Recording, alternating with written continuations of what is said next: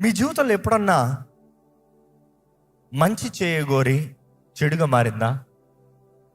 మీ జీవితంలో ఎప్పుడన్నా కష్టపడి జీవితాన్ని ఎట్లన్నా పోరాడుతూ ముందుకెళ్దామో సాధిద్దామో అనే ప్రయత్నాలు చేసి ఆ ప్రయత్నాలు విఫలమైపోయిన పరిస్థితులు ఉన్నా, ఎంతో కష్టపడ్డారేమో కానీ ఆ కష్టాజితాన్ని పోగొట్టిన పరిస్థితులకు పోయారా? What would you do? అలాంటి పరిస్థితుల్లో మీరు ఏం చేస్తారు? ఎందుకంటే ఈరోజు వాక్యం వినేటప్పుడు దావీదు జీవిత చరిత్రలో ఆయన చేసింది ఏదో చూస్తామో, ఆయన చేసింది మనం కూడా చేస్తే ఆయనకు వచ్చిన రిజల్ట్స్ మనకు కూడా వస్తుంది. బైబిల్లో చూసినప్పుడు దావీదు ఎప్పుడైతే గొలియాతుని చంపాడో తనకి ఒక పాట వచ్చిందంట, టైటిల్. ఇశ్రాయేల్ స్త్రీలందరూ వీధుల్లో గంతులు వేసుకుంటూ పాట పాడుతూ ఆ కొత్త పాట పాడారు. ఏంటంటే, సౌలు 1000 మందిని చంపాను, దావీదు 10,000 మందిని చంపాను. ఆ లైన్ ఎంతగా పాడారంటే, పిరికోడైన సౌలుకి ఎక్కడ లేని గర్వం వచ్చింది, అహంకారం వచ్చింది, కుళ్ళు వచ్చింది. అప్పటికే దురాత్మ వేధిస్తుందంట. దురాత్మ వేధిస్తున్నా కూడా గ్రహింపు లేదు, గర్విష్ఠగానే ఉన్నాడు. దావీదుని చూసి అసహ్యించుకుంటున్నాడు. ఆ రోజు నుండి దావీదుని చంపుతానికి చూపు పెట్టాడంట. దావీదు తెలివైనోడు కాబట్టి ఆలోచించాడంట, నేను ఇక్కడ ఉండటం మంచిది కాదు, ఇక్కడ ఉంటే ఏదో ఒక రోజు నన్ను వేస్తాడు, మొత్తానికి ఆయన చేతుల్లో నాశనం అవుతా, నేను స్థలం ఖాళీ చేసిపోతా బెటర్. కానీ మనం గమనిస్తాము, అక్కడ నుండి వెళ్ళి ఫిలిస్తీన్ల మధ్య చేరాడంట. ఒరే, వెళ్ళి ఫిలిస్తీన్లు 200 మంది ఫోర్స్ కింద నరుక్కునొచ్చు. అదే సమయంలో ఇక్కడ చూసినప్పుడు ఫిలిస్తీన్లు అంతమందిని చంపావు, అంతమందిని నాశనం చేసావు, ఫిలిస్తీన్లు వీరిని కొట్టి చంపావు. ఇంత గొప్ప యుద్ధాలు చేసి ఇంత ఘనత చూసిన తర్వాత మరలా ఫిలిస్తీన్ దగ్గర పోతే నేను బ్రతకనిస్తారు అంటే దావీదు కనిపించింది, ఈ సౌలు కన్నా ఫిలిస్తీన్లు బెటరు. అందుకని హీరో చాలా మంది అనుకుంటున్నాను, దేవుని బిడ్డల కన్నా లోకస్తులు బెటర్ సార్ అంటారు కొంతమంది. ఆ లోకస్తులు బెటరు, దేవుడు ప్రేమ ఎరగడం వాళ్ళు బెటరు, ఏ వాక్యం తెలియని వాళ్ళు బెటరు, వారు ఇచ్చే మాట ఆదరణ బెటరు. వీరు విశ్వాసి అంటారు కానీ నోరు తెరిస్తే ఎప్పుడు చూసిన శాప మాటలే, ఎప్పుడు చూసినా కృంగిదల మాటలే, నేరాల మాటలే, ఎప్పుడు చూసినా గద్దింపులే. గద్దింపులు కాదు, తిట్లే. గద్దింపులు అంటే సరిదిద్దుతానికి, తిట్లు అంటే నేరాలు మోపుతానికి. అందుకని అనుకుంటా చాలా మంది లోకం వైపు వెళ్తారు. Because sometimes the people who are chosen by God to speak as God spokesmen are filled with selfishness like Saul. Saul లాగా స్వార్థపరులుగా నేరాలు మోపుతూ నాశనాన్ని కోరేవారు ఉన్నారు. ముక్కు మొహం దాని అన్యులు ఏదో దేవుడు ఉన్నాడు అనే భయం కలిగిన వాళ్ళు, వారు బ్రతికే బ్రతుకు, వారు ఇచ్చే మాట ఎంతో బెటర్గా కనబడుతుంది. ఇక్కడ చూసినప్పుడు దావీదు వెళ్ళి ఈ ఫిలిస్తీన్ల మధ్య చేరాడంట. అక్కడ నమ్మకస్తుడు ఉన్నాడంట. ఆయనతో పాటు 600 మంది ఆయన వారియర్స్ ఉన్నారంట. వారందరూ ఆ ప్రాంతంలో ఉండటం, అక్కడ ఫిలిస్తీన్ వ్యక్తి ఈయన నమ్మకత్వాన్ని చూసి క్యాప్టెన్గా చేశాడంట. ఫిలిస్తీన్ ఆర్మీకి 100 పీపుల్ పైన క్యాప్టెన్గా చేశాడంట. అక్కడ ఈయన వారియర్స్, అక్కడ క్యాప్టెన్షిప్, అక్కడ ఫిలిస్తీన్ పని ప్రాజెక్ట్స్ అంతా అసైన్మెంట్స్ నమ్మకంగా చేసుకుంటూ వచ్చాడంట. కానీ ఒక సీజన్ వచ్చింది, అక్కడ ఒక యుద్ధం లెగుస్తుంది. ఫిలిస్తీన్కి ఇశ్రాయేలుకి కంటిన్యూస్గా వార్ జరుగుతుంది. ఫిలిస్తీన్ సైన్యం అంతా కలిసి ఒకేసారి ఇశ్రాయేలుని దాడి చేసి సౌల్ని అంతం చేసి ఇశ్రాయేలుని డిస్ట్రాయ్ చేసేద్దామని చూసి ఫైట్కి వెళ్తున్నారు, వార్కి వెళ్తున్నారు. ఆ వార్లో దావీదు కూడా పోయి నిలబడ్డాడంట, దావీదు సైన్యం కూడా పోయి నిలబడ్డారంట. సడన్గా ఫిలిస్తీన్లు ప్రిన్స్లు ఒక్కొక్కరిని 100 మందిగా చెక్ చేయాలని చూశారు. 100 మందిగా ఎవరు వస్తున్నారు యుద్ధానికి సర్వే చూడాలన్నదప్పుడు దావీదు తన సైన్యం వచ్చి నిలబడ్డారంట. ఆ ఫిలిస్తీన్లు చూసి, అయ్యో వీళ్ళని తీసుకెళ్తాం అవ్వదయ్యా, దావీదు కదయ్యా, ఈయన దావీదు కదా. తెలీదా దావీదు గురించి?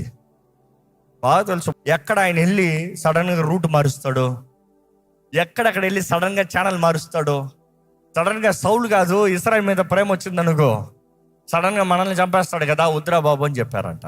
అక్కడ నుండి మనం చూస్తాము, దావీదు తన సైనికులు 600 మంది తిరిగి వారు ఉన్న ప్రాంతము, ఆ ప్రాంతానికి వారు వెళ్ళారంట. వారు ఊరికి వారు వెళ్ళారంట. కానీ ఆ ఊరికి వెళ్ళేటప్పటికి అమాలైక్యులు, వీళ్ళు ఇంకొక శత్రువులు, అమాలైక్యులు వారు రెగ్యులర్ దండులో, వారు దోపుల్లో ఫిలిస్తీన్లు దోచుకున్నారు. ఫిలిస్తీన్ల ప్రాంతంలో ఉన్న వీరిని కూడా, వీరి భార్యల్ని, వీరి బిడ్డల్ని, వీరి కలిగిన అంతయు దోచుకుని వెళ్ళిపోయారంట. వారు వచ్చేటప్పటికి వారు కనబడిందంతా ఏంటంట, కేవలం అగ్ని కాలుతా ఉంది, కేవలం మంటల్లో ఉంది. అనుకుని చూడండి, సౌలు దగ్గర నుండి తప్పించుకుపోదాం, ఏదో బ్రతికిపోదాలని నీ ప్రాంతాన్ని విడిచిపోయో, ఏదో చేసుకుంటున్నావు, ఏదో బాగుపడుతున్నావు, భార్య బిడ్డలు అంతా బాగుంది. సడన్గా ఒకేసారి అంతా దోచుకుని పోతే ఏం చేస్తావు? This is where my introduction was. నువ్వు మంచి చేద్దాం అనుకున్నావు, నీకు నువ్వు బ్రతికిపోదాం అనుకున్నావు, నీకు నువ్వు సాధిద్దాం అనుకున్నావు, నువ్వేదో చేసుకుని ఓకే రా లైఫ్ ఇట్లా సెట్ అయిపోయిందా లేరా, ఈ గుహల్లో, ఈ ప్రాంతంలో, ఇక్కడ శత్రు మధ్యనే ఫేవరు అంతా సరిపోయిందిలే, లైఫ్ ఇంతలోనే ఉందనుకుంటే ఒకే దెబ్బకి అంతా పోగొట్టుకునేటప్పుడు ఏం చేస్తాం? మనం చూస్తాము, దావీదు వీరులు, వారందరూ వీరులు, mighty men of David. Mighty men అన్నదో పరాక్రమశాలులు అని అర్థం. ఆ పరాక్రమశాలులు వారు వచ్చి వారు గృహాలన్నీ కాల్చివేయబడతాం, వారి భార్యలు మిస్సింగ్, బిడ్డలు మిస్సింగ్, కలిగిన క్యాటిల్స్ అన్ని మిస్సింగ్, ఆస్తి అంతా మిస్సింగ్, ఏమీ లేవు. ఆ పరిస్థితుల్లో వారు ఏడుస్తున్నారంట, ఎలుగెత్తి గట్టిగా కేక వేసి ఏడుస్తున్నారంట. ఎప్పటికీ అంటాం స్త్రీలు సులభంగా ఏడొచ్చు, సాఫ్ట్ హార్టెడ్, కానీ పురుషుడు ఏడుస్తాం మాత్రం కాదు, కఠినమైన వాడు, రోషం కలిగిన వీరుడు అన్నవాడు ఏడుస్తాం వేరు.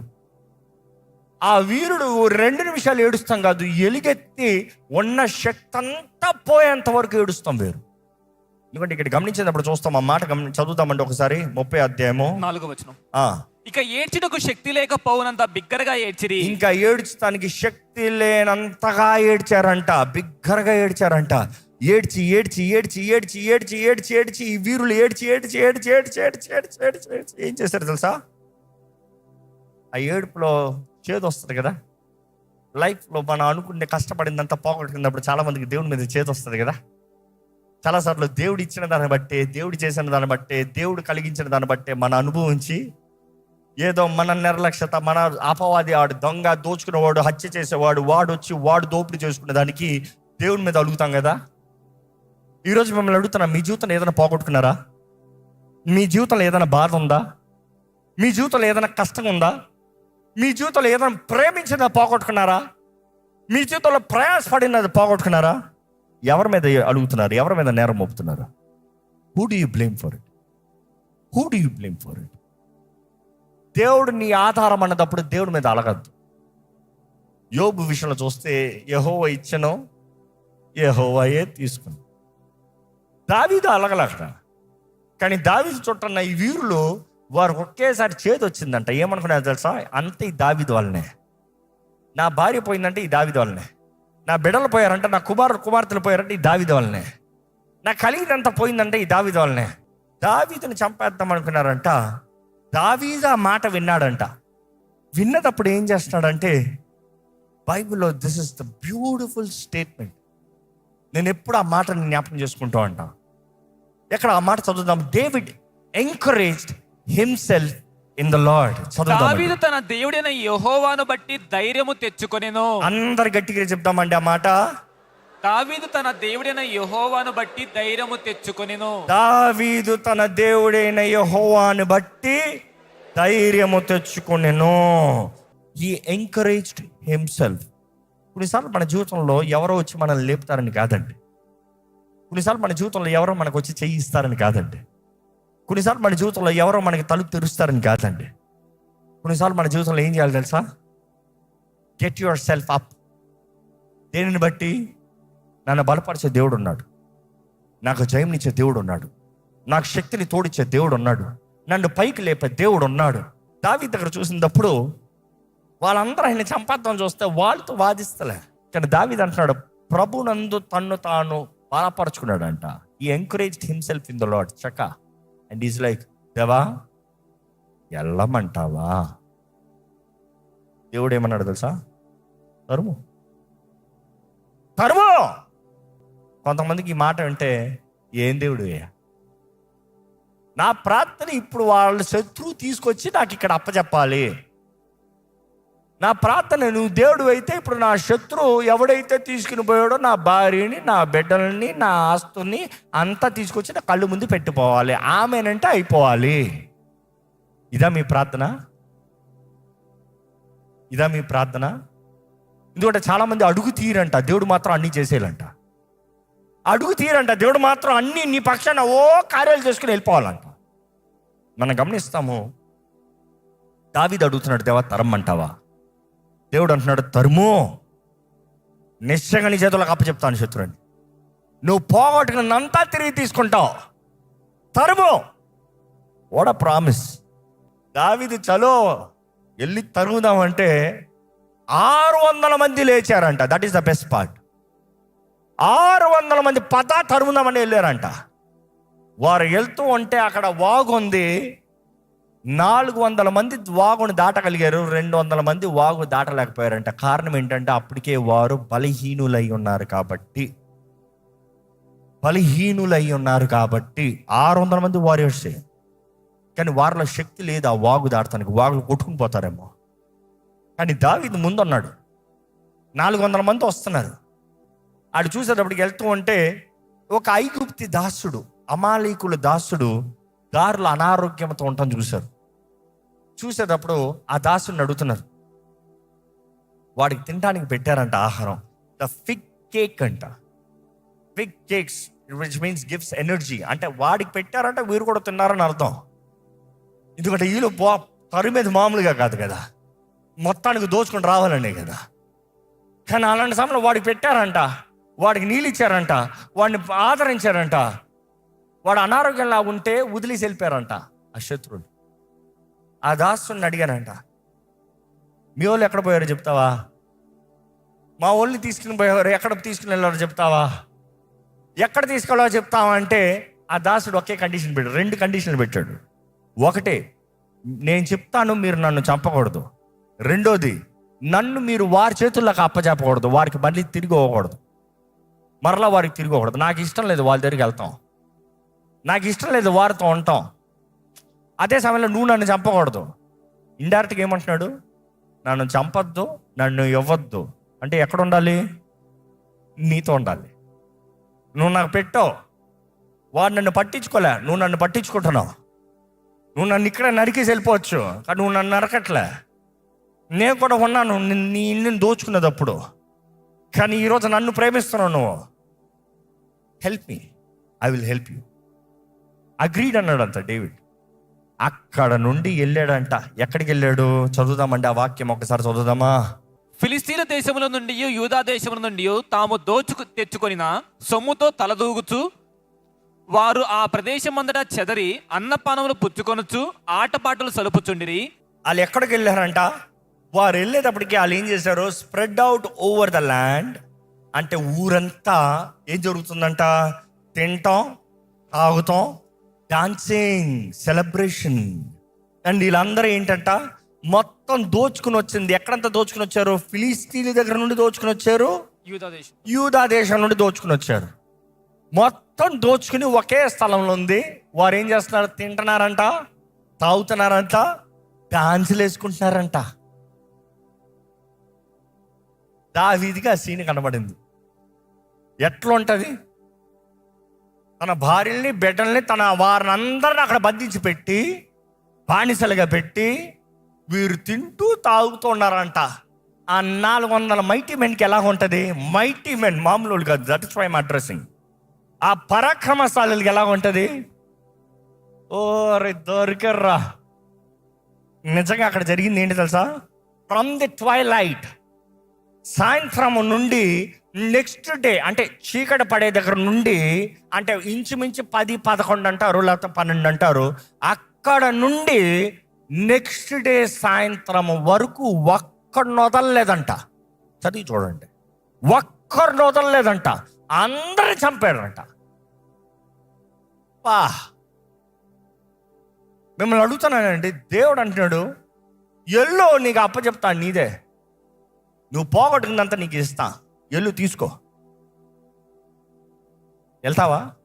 You see that is the challenge. దేవుడు కార్యం చేయాలని నువ్వు ఇంట్లో కూర్చుంటే అవ్వదు, అడుగు తీ. దేవుడు ఏదో జరిగించాలని నువ్వు పడుకుంటే అవ్వదు, లే. దేవుడు జరిగించాలని, దేవుడు జరిగిస్తాడని వాగ్దానం చేశాడని నీ దారిలో నువ్వు వెళ్తాం కాదు. దేవుని చిత్తాన్ని వెతికి ఆయన చేయమన్నది you have to take the stand. ఇక్కడ గమనించినప్పుడు మనం చూస్తాము, దావీదు తన సైన్యం అందరూ పోరాడారంట నెక్స్ట్ డే సాయంత్రం వరకు. ఎక్కడ ఒకసారి ఆ మాట చదువుదామా? దావీదు సంగతి గ్రహించి ఆ. సంధ్య వేళ మొదలుకొని ఆ. మరునాటి సాయంత్రము వరకు ఆ. వారిని హతము చేయుచుండగా ఆ. ఒంటిల మీద ఎక్కి పారిపోయిన 400 మంది యవనులు తప్ప ఆ. తప్పించుకుని వాడు ఒకడనూ లేకపోయెను. కంటిన్యూ. ఈలాగున దావీదు అమాలేకులు దోచుకొని పోయిన దానంతటిని తిరిగి తెచ్చుకొనిను, ఆ. మరియు అతడు తన 2 భార్యలను రక్షించెను. కుమారులేమి కుమార్తెలేమి దోపుడు సొమ్మేమి వారు ఎత్తుకొని పోయిన దానంతటిలో కొద్దిదేమి గొప్పదేమి ఏదియో తక్కువ కాకుండా దావీదు సమస్తమును రక్షించెను. మరియు ఎలా అంట? సమస్తము రక్షించను. Continue please. మరియు దావీదు అమాలేకు గొర్రెలన్నిటిని గొడ్లన్నిటిని పట్టుకొనిను. ఇవి దావీదునకు దోపుడు సమ్మని జనులు మిగిలిన తమ సొంత పశువులను ముందుగా వీటిని తోలిరి. You see that word twice. English Bible it's clearly mentioned. David recovered all. అంతయు సమస్తము. దేవుడు చెప్పాడు సమస్తము. ఇక్కడ సమస్తము పొందుకున్నాడంట. దేవుడు వాగ్దానం చేశాడు కాబట్టి పట్టాడు. దేవుడు వాగ్దానం చేశాడు కాబట్టి పట్టు వదలలే. దేవుడు వాగ్దానం చేశాడు కాబట్టి సంపూర్ణంగా అంతా ముగించేంత వరకు హీ పర్సిస్టెడ్. బైబిల్ మనం గమనిస్తున్నాము, చాలా స్పష్టంగా తెలియజేయబడుతుంది, డేవిడ్ రికవర్డ్ ఇట్ ఆల్. ఈరోజు ఈ వాక్యం నుండి మీరు నేర్చుకోగలిగింది ఏంటి? దేవుడు మిమ్మల్ని కోరుకున్నాడు, దేవుడు మిమ్మల్ని నిర్ణయించుకున్నాడు, దేవుడు మిమ్మల్ని ఏర్పరచుకున్నాడు. దేవుడు మిమ్మల్ని కోరుకుని నిర్ణయించుకుని ఏర్పరచుకున్నాడు అంటే ఆయన వాక్ తగినట్టుగా, ఆయన చిత్తం తగినట్టుగా బ్రతకండి. దేవుని చిత్తాన్ని వెతకకుండా ఏది చేయకండి. దేవుని చిత్తం కాకుండా నీ తపన నువ్వు చేసినప్పుడు అది చివరికి కీడుగా తీసుకెళ్తుంది. దేవుని చిత్తము, దావీదు ఇశ్రాయేలీయులకి రాజుగా ఉండడానికి అభిషేకించబడ్డాడు. కానీ దావీదు అనుకున్నాడు for his safety go to this enemy, అక్కడ బ్రతికిపోదాం అనుకున్నాడు. కానీ దేవుడు తన సంకల్పము చొప్పున పిలవబడిన ప్రతి ఒక్కరికి ఆయన సమస్తము సమకూర్చి జరిగిస్తాడంట. దావీదు ఫిలిష్తీయుల సైన్యం దగ్గర చేరాడు. ఎవరిని పోరాడటానికి? ఇశ్రాయేలీయులను పోరాడటానికి. కానీ దేవుడు ఊరుకుంటాడు? అభిషేకించింది దేనికి? ఇశ్రాయేలీయులకి రాజుగా. అందుకనే దావీదు అటు వెళ్ళినప్పుడు అక్కడ ఆ ప్రిన్స్లు వచ్చేలాగా ఆయన డిస్క్వాలిఫై ఎలా చేశాడు.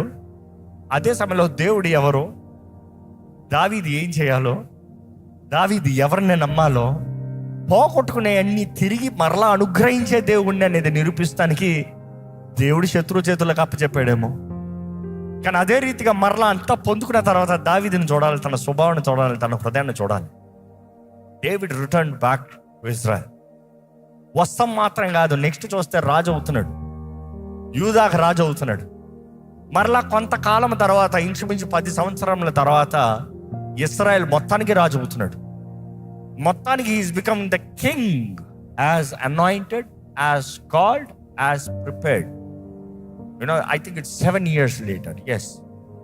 But then 37 సంవత్సరాలకి ఇంచుమించు రాజు అవుతున్నాడు. It's a long period. 16.5 సంవత్సరాలు లేకపోతే 17 సంవత్సరాలు అంటారు. అక్కడ నుండి వాగ్దానం నెరవేర్తానికి it is a very long time. కానీ దానికి అందు మధ్యలో వచ్చిన పోరాటాలు, శ్రమలు, ట్రాప్స్, బ్యాక్ స్టాబింగ్స్ ఇవన్నీ చూస్తూ ఉంటే మనం అనుకుంటాం కిందకి పోతున్నాడని. కాదు, దేవుడు వాటిని అన్ని అనుమతిస్తాము తనని సిద్ధపరుస్తానికి, తన చిత్తంలో ఆయన నిర్ణయించిన స్థానంలో నిలబడటానికి. ఈరోజు మిమ్మల్ని అడుగుతున్నానండి, మీరు ఎవరి వైపు చూస్తున్నారో? మీరు సమస్యల్లో మీరు ఎవరి వైపు చూస్తున్నారు? మీ పోరాటాల్లో మీకు ఉన్నవి కోల్పోయిన సమయంలో ఎవరి వైపు చూస్తున్నారు? నిరుత్సాహము, వేదన, బాధ పరిస్థితుల్లో ఎవరి మీద ఆధారపడుతున్నారు? ఎంతమంది ఇక్కడ ఉన్నవారు దేవుడు నా బలము, దేవుడు నా కోట, దేవుడిని నేను నమ్మున్నాను, దేవుడిని నేను ఆశ్రయిస్తున్నాను చెప్పగలుగుతున్నారు?